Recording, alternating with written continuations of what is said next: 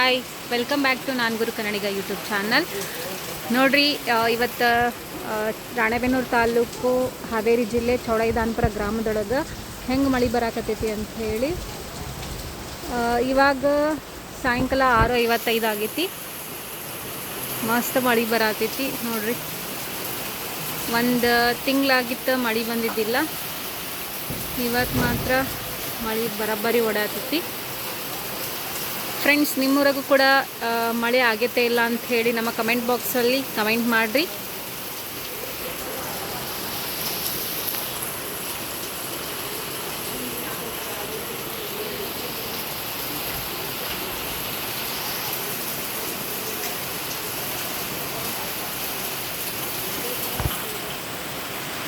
ಈ ಮಳೆಗಾಲದೊಳಗೆ ಮಳೆ ಬಂದ್ರೆ ಒಂಥರ ಚಂದ. ವಾಟ್ ಹಾಂ,